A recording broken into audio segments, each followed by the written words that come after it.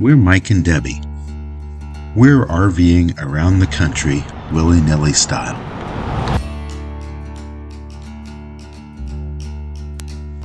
We travel in our F-250 truck we call Willie, and our RV Sporttrek travel trailer we call Nilly. We're not retired yet, but we're working on it. We've visited some pretty epic places in our travels. You can watch our adventures on YouTube under Kelley's Outdoor Adventures and on Rumble on our channel called RVdrifters. Please like, subscribe, and follow. Do all the things to keep you connected to all of our adventures.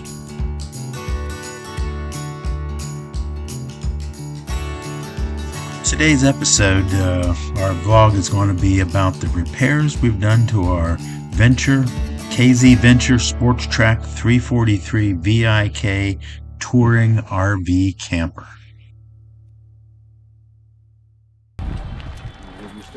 Yeah. They're hidden right up under here.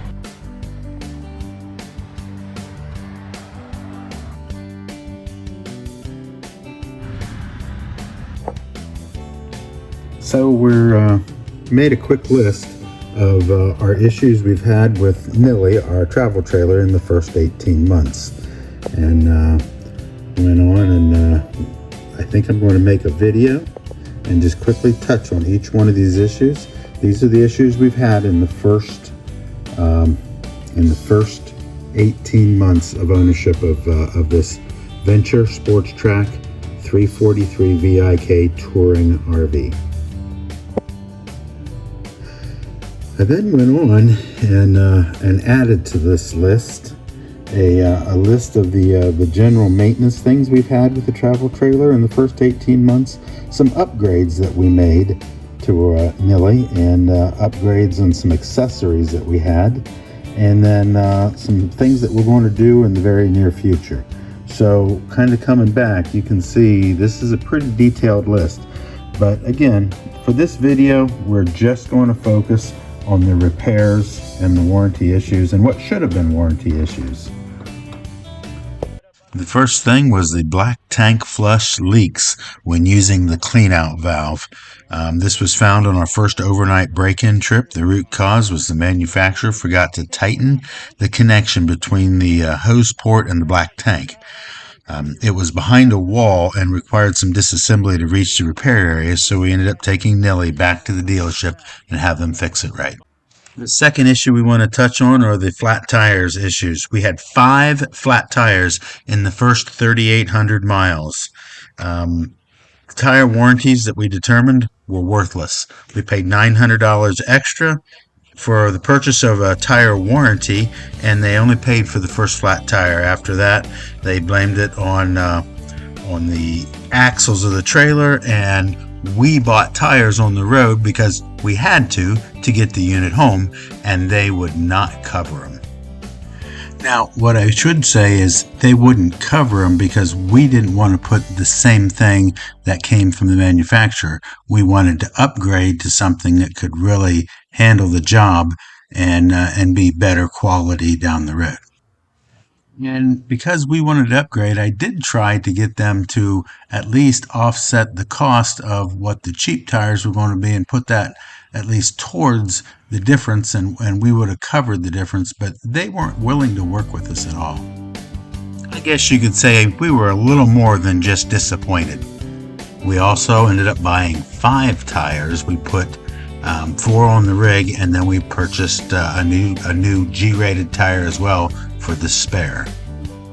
And this leads us right into number 3, which was they had to replace the trailer axles due to them being out of alignment.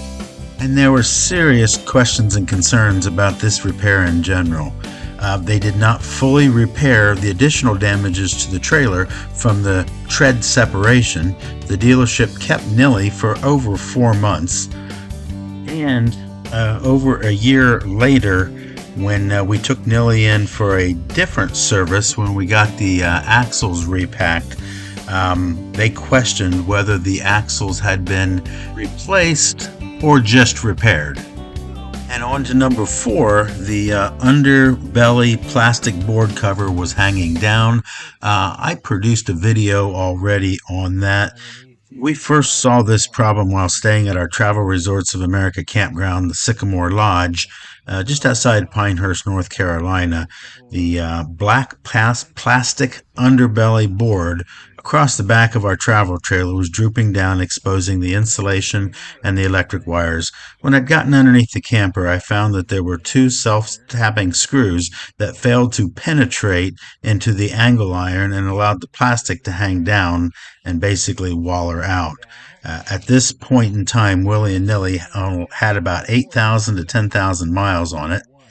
I went to the local Lowe's hardware store in Pinehurst, purchased drills, drill bits, and a bag of self-tapping screws.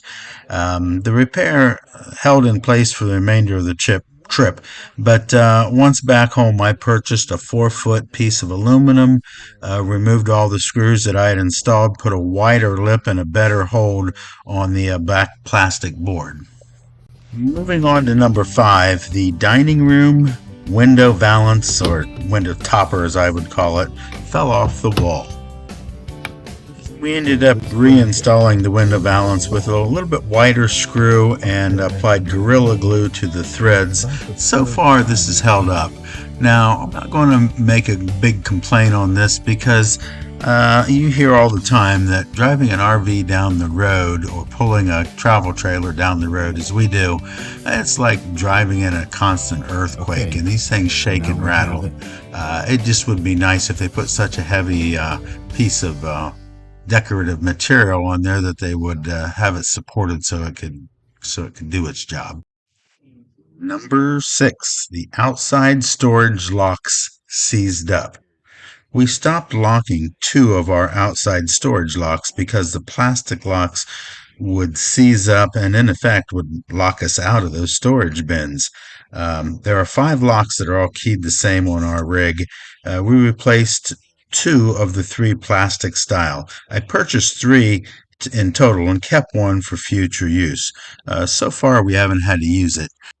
These costs were about $165 complete, of which we ate the whole cost. We tried to use the warranty, even called the manufacturer. They said they'd work with us, but the system was very hard to use.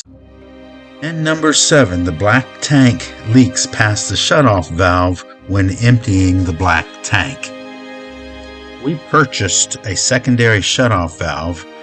This was fun. I first discovered it when the black tank contents came gushing out at a dump station.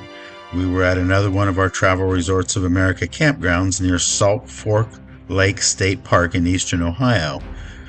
We ran to Camping World. We found a secondary shutoff valve.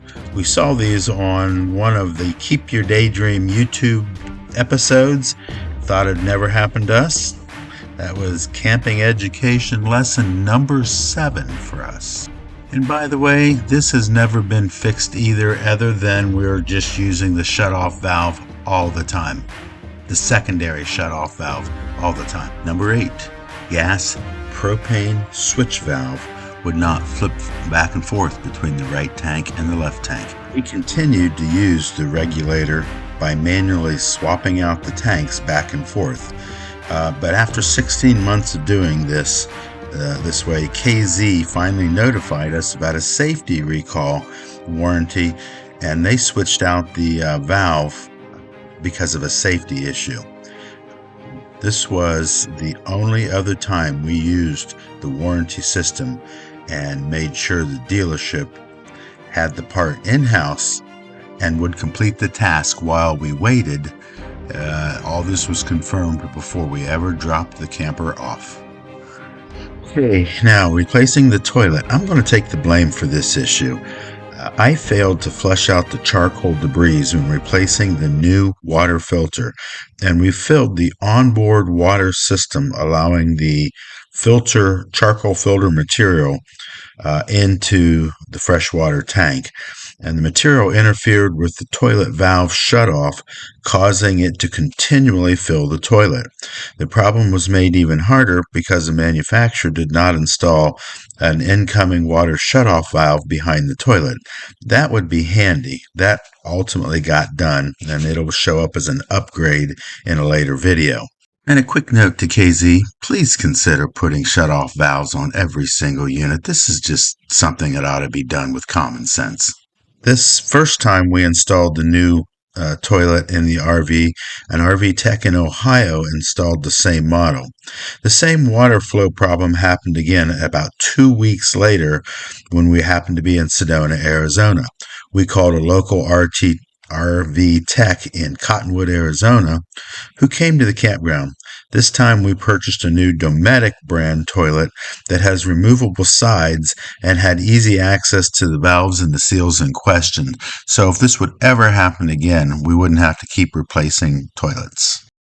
And I should probably say that for those of you who know about using the incoming water filtration system, the ones you buy, like at Walmart or most of the general blue design, you should always run a little bit of water through the system before you connect your hoses, because they are charcoal and you need to flush the charcoal out. I should have known better. That was my fault.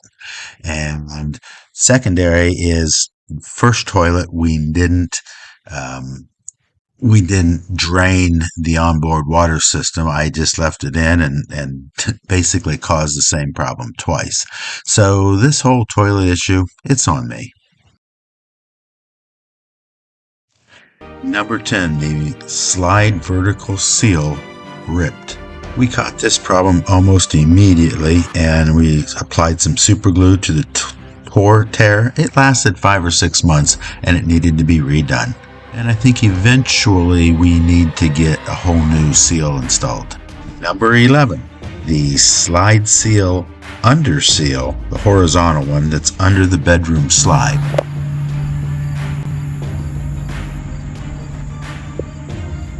So right across there, little pieces of that just keep ripping out every time we put the slide in and out. So this is the little piece that just ripped off. It's catching on something and it keeps ripping and tearing. You can kind of see, I think this might have been the last one that came out. But yeah, and the same thing appears to be happening on that side as well, on the upper seal. So not sure what the root cause is on that, and that's a rubber seal that I've not been applying any kind of a seal, slide seal to. I've only been applying the oil and the lube to the rails, top and bottom, and then also on the sides seals that go up the side, on the two sides of the slides, on all the slides. I've been putting that sealer on that. I guess I didn't think about being up underneath here and having to do that, but I can see now that that needs some kind of some attention to it, and I'm not sure just how to replace that. That could be a little bit of an issue. Number 12, the interior wall separating, causing a little bit of bowing. That was in the bedroom wall. This was a quick fix. We added some glue and some staples. The number 13, the interior wall separating, causing bowing at the corner. This is out in the hallway. Would bow out. This entire thing was not connected. So we popped this off. I applied glue, and yes, I'm not perfect. You can see where some of the glue has eased out. Right there's a big piece. And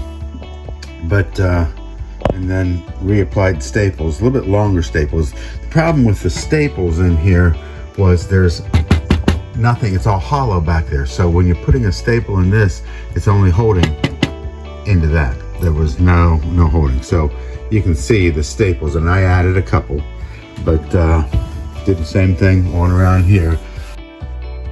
Other than a couple of little appearance issues, the repair seems to be holding very well, and everything seems to be standing good. The extra glue was needed.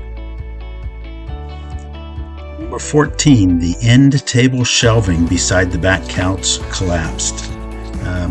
Generally speaking, this was just a poor design. I think everyone knows that RVs in general are like driving through an earthquake all the time when they're going down the road. So applying 3 tiny staples to a thin piece of paneling to hold up a shelf, you know it's going to fall. I rebuilt the shelf supports by adding supports from the floor up. By doing this, the weight is supported from the floor and not through the sidewall of the decorative thin piece of paneling. So we're here in the bathroom, and one of the things I've got on this list is really isn't a repair, and it was just an improvement that we made to the RV, and I'll show it here in a second. And this is a little bit hard to see. This is just some clear sealant. We made a little dam right through here. Just put some caulking in. It's a clear caulking that we build up. If we're not exactly perfectly level, the water runs down the side and then ran right underneath here and ran right down onto the floor. And even with the curtain, even with the curtains drawn, sometimes the water hitting the back wall goes down and went right across. We just put a little bit of caulking in here. Now, if we were level or leaning to the right a little bit, it never leaked. But it was when it was level or just an ever so slight lean to the left, we had water on the floor. And so this really isn't a break or a repair. It's more of an improvement or an upgrade. Number 16, the slides are leaving black marks on the floor of the camper. So initially, when we first started seeing these little black marks, we were on the road, and so we got some wax paper, and we like double, triple folded it. We put it over there, made sure that when the slide came in, that it caught, and then we would run it the rest of the way in. And so now we understand that there's a thing called slide skis that we're going to go to a Camping World and try to find them. We did find them on Amazon, but kind of want to see them and understand what they are before we install or order them.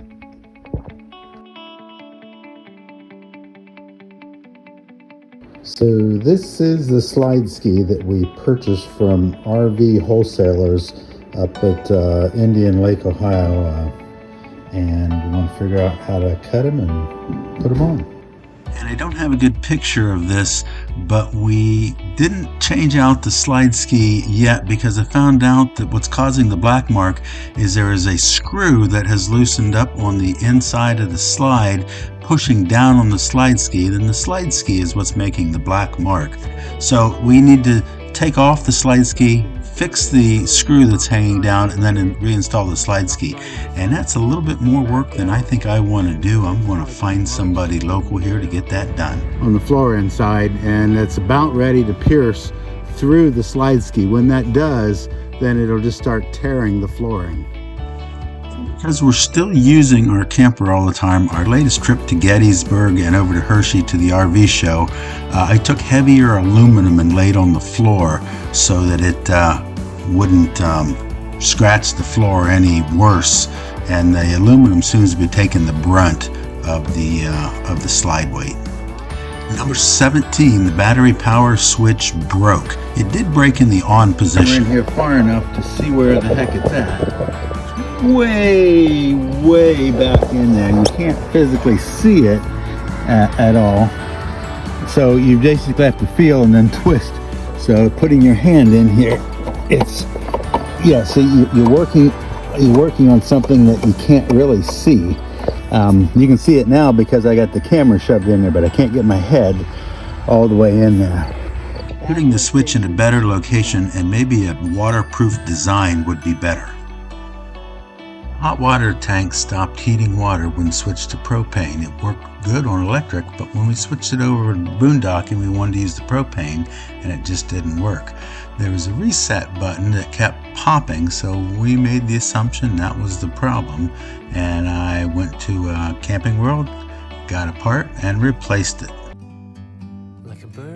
So this list actually had 18 items, and the 18 items were the things that we had to repair in the first 18 months of ownership. And there were 3 of those items that we had repaired under warranty. The rest of the items, pretty much my opinion is they should have been covered under warranty, but it just didn't seem to be worth all the hassle.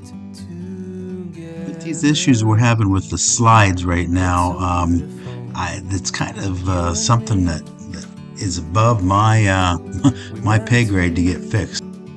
We'll figure it out. We gotta get them fixed. Camping season is just around the corner for us.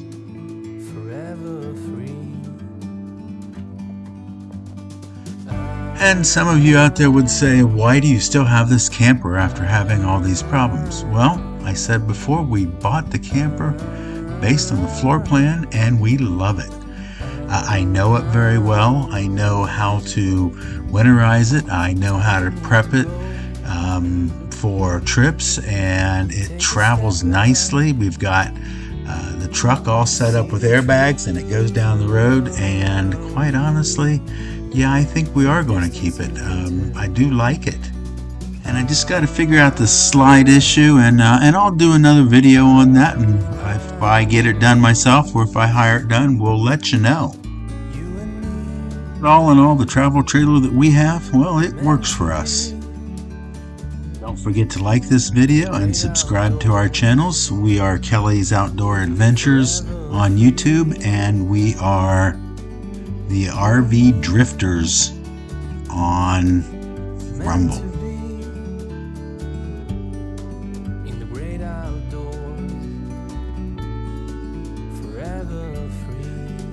I did learn that sometimes one of the best things you can have on the road is some duct tape. Thanks for watching, everybody, and cheers.